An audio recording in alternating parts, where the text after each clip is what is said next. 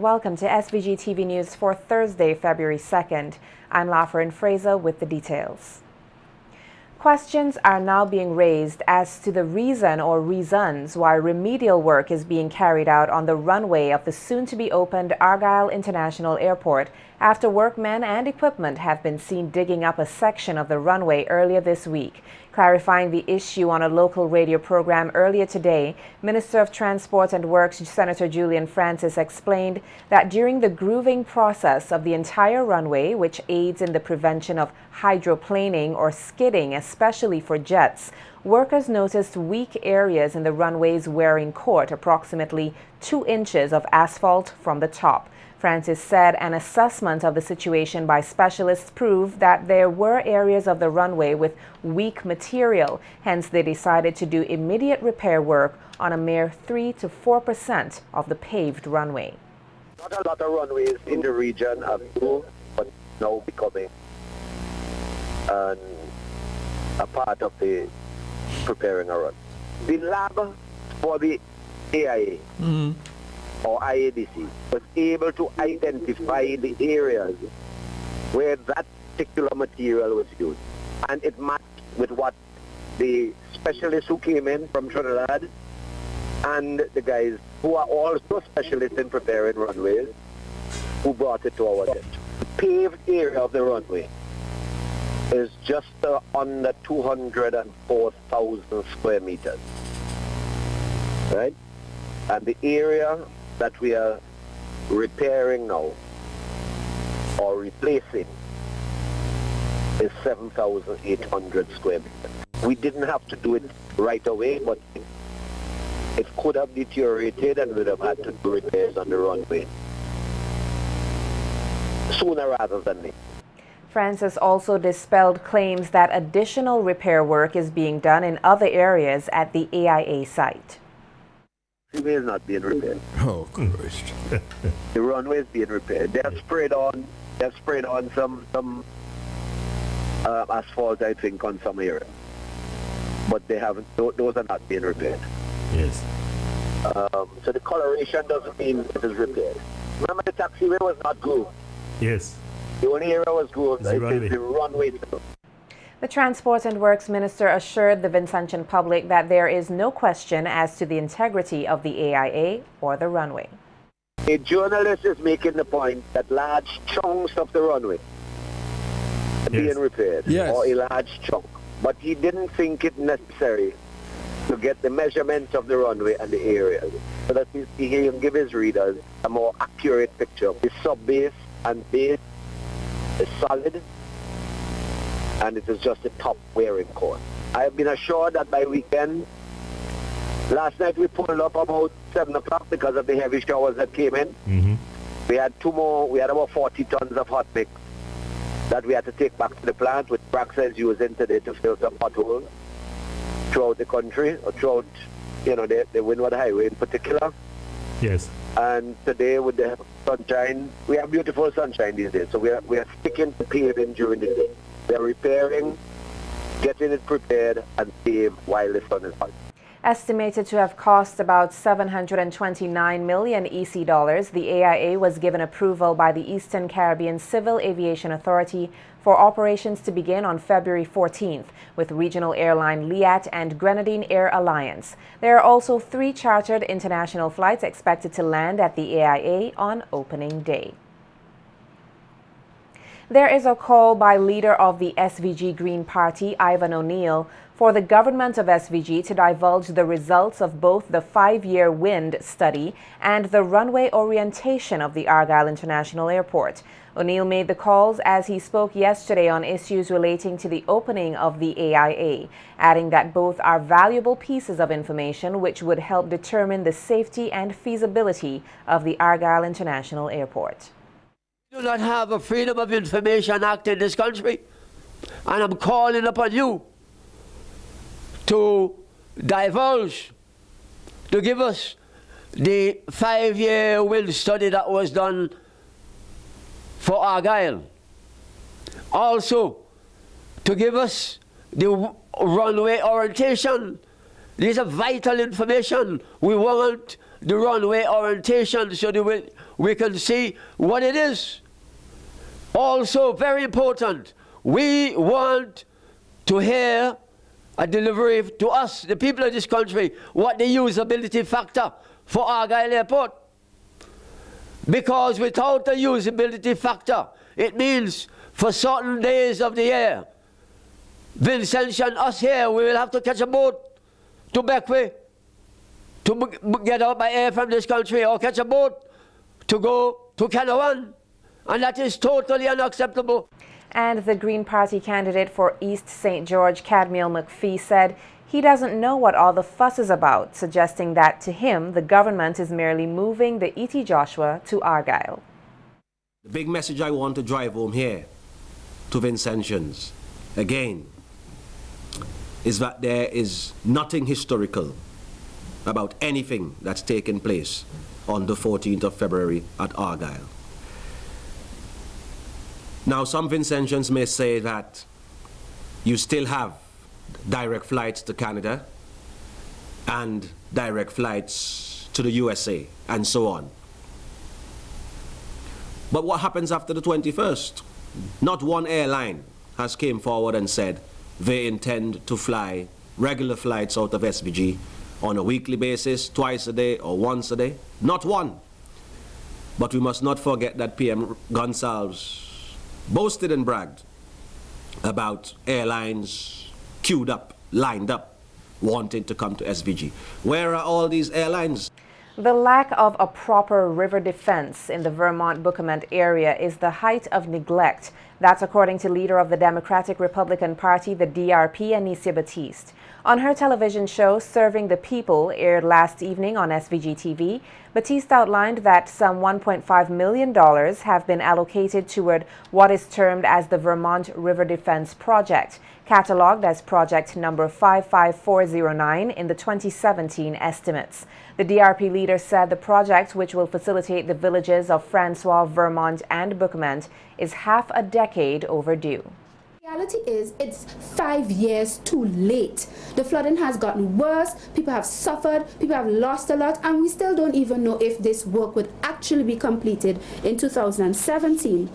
Because if you look at the history, you would observe that there was reference to constructing river defense in Vermont before, okay, and they're still looking to complete this. We know these things take time, but what I'm saying is that this has been the height of neglect and lack of care motivation for the people of Boucament, such that their situation has worsened, and at this current time, they're not even confident that something will be done. They tell you that they keep getting the runaround when they talk about the need for the defense, and it is truly unfortunate. Look, we see the resort has been closed in recent times. We see all the problems with people getting paid for their labor and all these different problems that has resulted from poor management.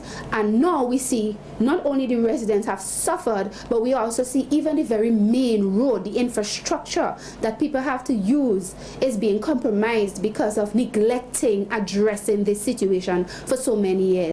Batiste, who is also a tourism expert, claimed that not having a river defense for so many years could be categorized as criminal neglect. She called on the government to be community sensitive when establishing projects. The situation has persisted for too long. There has been, in my humble opinion, criminal neglect on the part of those responsible in protecting the lives and property of the people, and it doesn't augur well for the way you want people in communities to buy in to the kind of development you're pursuing in tourism when you don't ensure that the people are taken care of while you're pursuing development.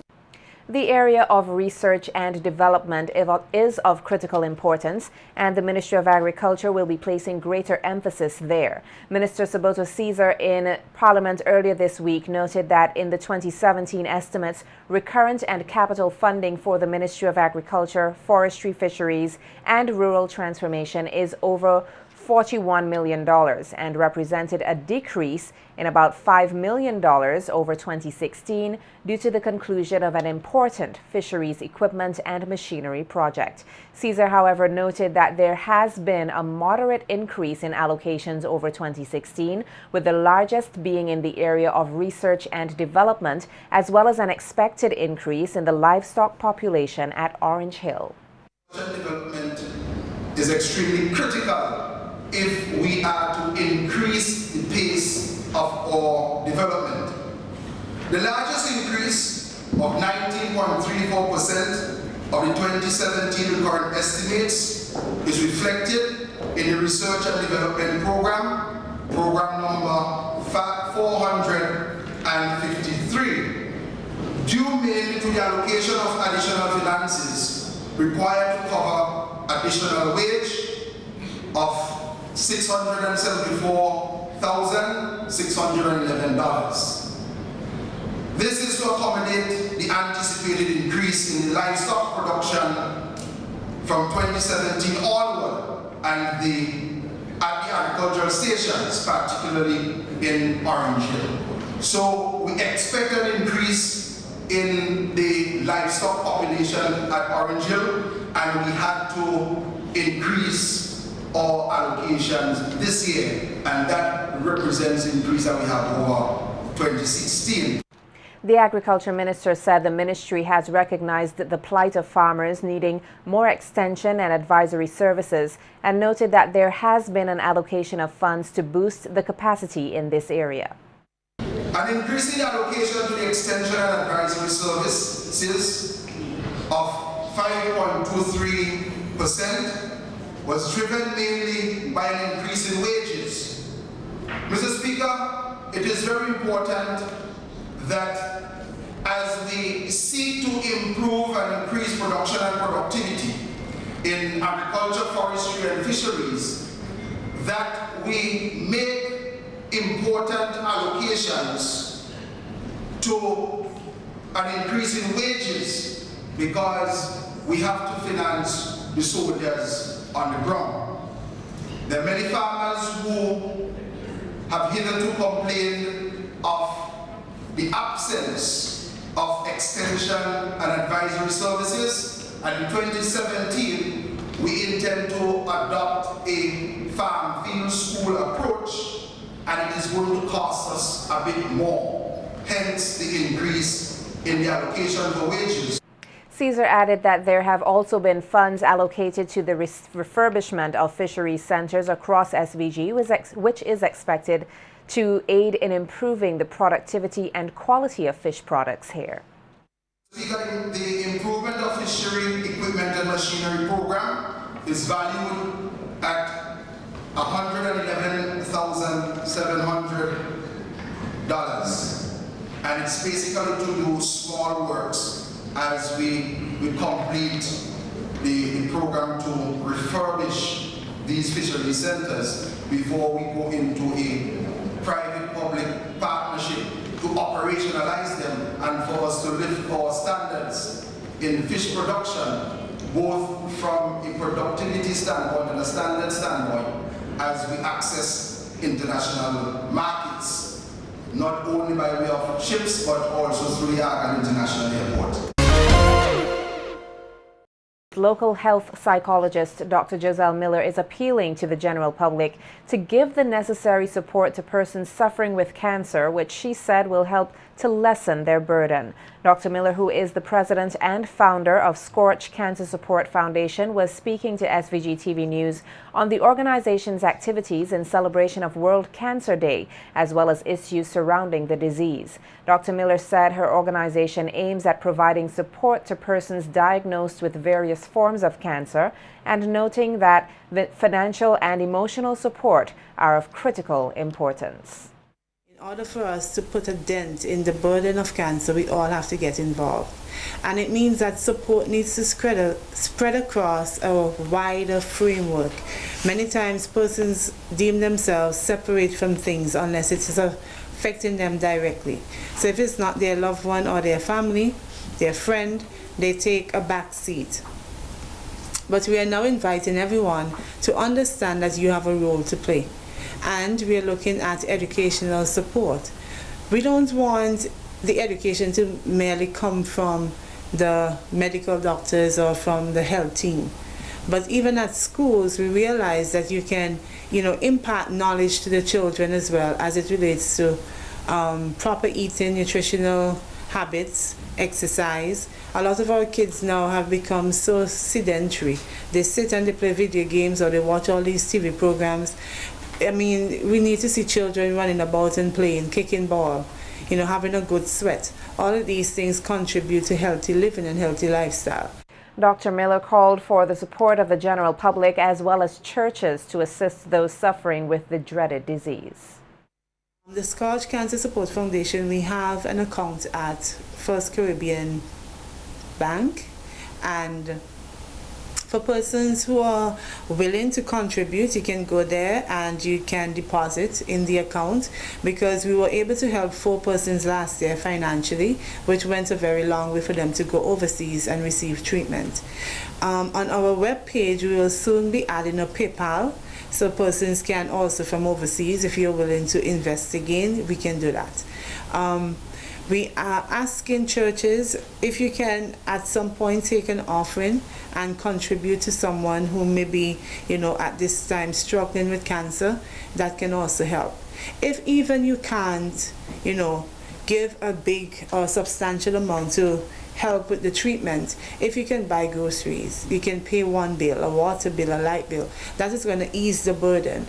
Okay, we all have to try in some way to see how we can just simply ease the load that someone else is carrying. The Foundation's Secretary, Talicia Bino, said as part of the celebrations for World Cancer Day, the organization will be hosting a series of activities aimed at sensitizing the public on cancer-related issues as well as raise funds for cancer patients. Coming Saturday, we will be under the Singer Gallery where we'll be celebrating World Cancer Day. And this is where we would have a membership drive as well as a fundraising activity, and you can also find information in regards to the Scotch Cancer Support Foundation as well as information as it regards to the different types of cancers. We are in the process of planning our major activity or major fundraising activity, and this is our Haiti party, which is normally celebrated around our anniversary in August of this year. And we're encouraging the general public to come out and support our activities because it is for a worthy cause. Meanwhile, Registrar for Internal Medicine at the Milton Cato Memorial Hospital and co-founder of Scotch Cancer Support Foundation, Dr. Lauren McGill, said early detection is paramount to achieving an excellent outcome in the care and management of cancer. Dr. McGill noted that the incidences of cancer in SVG have been on the rise, with the period 2013 to 2015 recording 150 new cases. And for the first 3 weeks of January 2017, there have already been 3 new diagnosed cases of the disease. McGill noted that children too have not been spared from the condition. As for the period 2013 to 2015, there have been 4 documented pediatric cases with 1 fatality. The medical doctor explained that the situation became more grim, with the total pediatric cases doubling to 8, with 3 fatalities in 2016 and 2 fatalities so far this year. Dr. McGill said early screening is key to getting the necessary treatment for the disease and urges members of the public not to shy away from seeing a doctor and getting screened for the different forms of cancer. Instance, we know that one of the major types of cancers affecting our people is breast cancer, and it can affect both males and females. So what generally for women, what we want to encourage you is that by the time you get to the age of 40, so between the ages of 40 to 44, you can consider being screened via mammograms. Now, a mammogram is just an x-ray of the breast. If you are younger, usually we suggest an ultrasound of the breast. If you are between the ages of 45 to 54 years, we strongly suggest that you have your mammograms done yearly. If you are older than 55, then you can have your mammograms done every 2 years, as long as your previous mammograms have been negative. On the issue of cervical cancer, Dr. McGill said it is important that women in their 30s get regular screenings. For cervical cancer, every woman who is at least 21 years of age should have a pap smear done. Now, if you are between 21 and 29 years of age, whether you're sexually active or not, you should have a pap smear done regularly, okay? And we usually suggest every 3 years. If you are between the ages of 30 and 65 years, then we suggest what we call co-testing. 30 years, 55 years, 65 years, co-testing. And what co-testing really is that you have a pap smear along with an HPV test. And HPV simply means human papilloma virus. And this virus has been implicated in cervical, in one of the factors which lead to cervical cancers. So we suggest co-testing, and co-testing can be done every 5 years. And actually co-testing is preferred to just having pap smears done solely. As it relates to prostate cancer, Dr. McGill acknowledged that previously men were advised to have regular rectal examinations as well as blood tests. However, the guidelines have changed and now recommends that men speak with their physicians on the pros and cons of having the procedure done.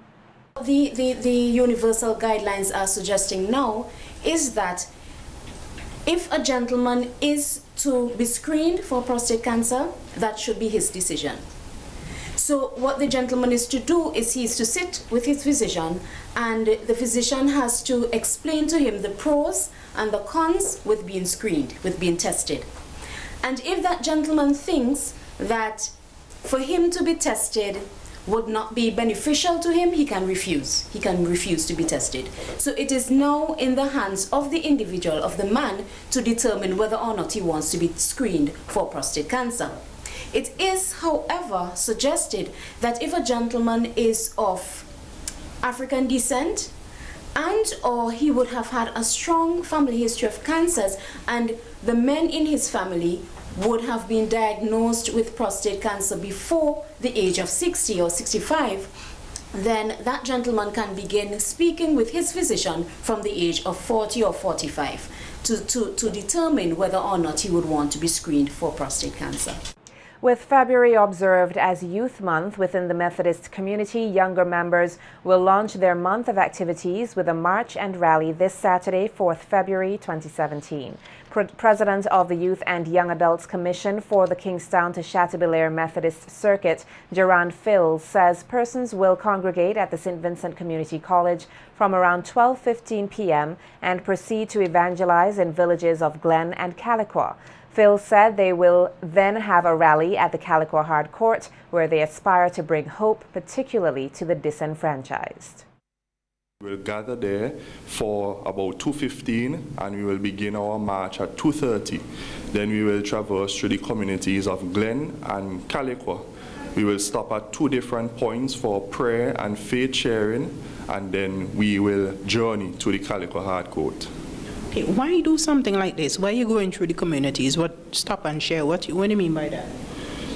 We are very deliberate in going through the communities because we are aware that, our youths are under constant attack, within our island, throughout the world, and especially our young men. And we believe that the only way for them to change, for have transformational lives, and to be a blessing to society is to have a relationship with Jesus Christ. So we are being very deliberate in praying for the communities. We are being very deliberate in sharing our faith with the communities.